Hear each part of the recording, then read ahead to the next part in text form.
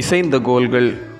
இதோ எப்ராஹிமுக்கும் அதை சேர்ந்த இஸ்ரவேல் கோத்திரங்களுக்கும் அடுத்த யோசேப்பின் கோலை எடுத்து அதை யூதாவின் கோலோடை சேர்த்து அவைகளை ஒரே கோலாக்குவேன். எசேக்கியேல் 37:19. இரண்டு பெரும் பிரிவுகளாக பிரிந்திருந்த இஸ்ரவேல் மக்கள் கூட்டத்தினரை ஒன்றிணையச் செய்வேன் என்ற நம்பிக்கையின் செய்தியை கடவுள் எசேக்கியேல் இறைவாக்கினர் வழியாக மக்களுக்கு வழங்குகின்றார். சாலோமன் ஆட்சி காலம் வரை ஒன்றிணைந்த அரசாக இருந்த இஸ்ரவேல் நாடு அவரது மகன் ரெகோபயமின் ஆட்சியின் போது இரண்டாக பிரிந்தது. எப்ராஹிம் உட்பட 10 கோத்திரங்கள் இணைந்து வடநாடு அல்லது இஸ்ரவேல் என்ற பெயரை பெற்றது. வடநாட்டில் எப்ராஹிம் ஓர் முதன்மையான கோத்திரமாக காணப்பட்டது. வடநாடு எப்ராஹிம் என்ற பெயராலும் அழைக்கப்பட்டது.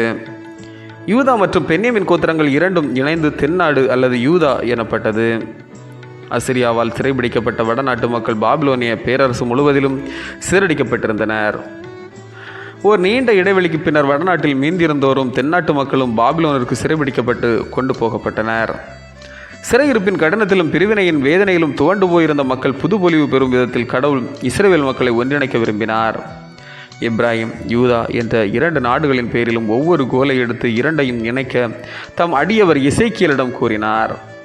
இந்த அடையாளச் செயல் தம் மக்கள் ஒன்றிணைந்து வாழ வேண்டும் என்ற கடவுளின் இயக்கத்தை பறைசாற்றுகின்றது.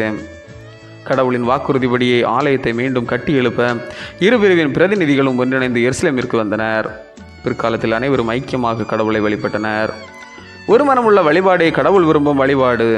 பிரிவினை அமைதியை சிதைக்கும் போது கடவுளின் அன்பு மக்களை ஒன்றிணைத்து அமைதியை உருவாக்க வாஞ்சிக்கின்றது. ஆண்டவர் இயேசுவும் சிலுவை வழியாக பகைமை என்னும் நடுச்சுவரை தகர்த்தெறிந்து இரு இனத்தவரையும் ஒன்றுபடுத்தினார். எனவே நாமும் பிரிவினைகளை களைந்து அன்பால் ஒன்றிணைவோம். ஜெபம். பிரிவினைகளை தகர்த்து ஒன்றிப்பை ஏற்படுத்தும் நல்ல கடவுளே, எங்களுடைய பிரிவினையை ஏற்படுத்தும் தீவினைகளை களைந்து ஒப்புரவாகவும் இணைந்து வாழவும் உம்மருள் தாரும். ஆமீன். இந்த நாள் உங்களுக்கு இனிய நாளாக மலரட்டும்.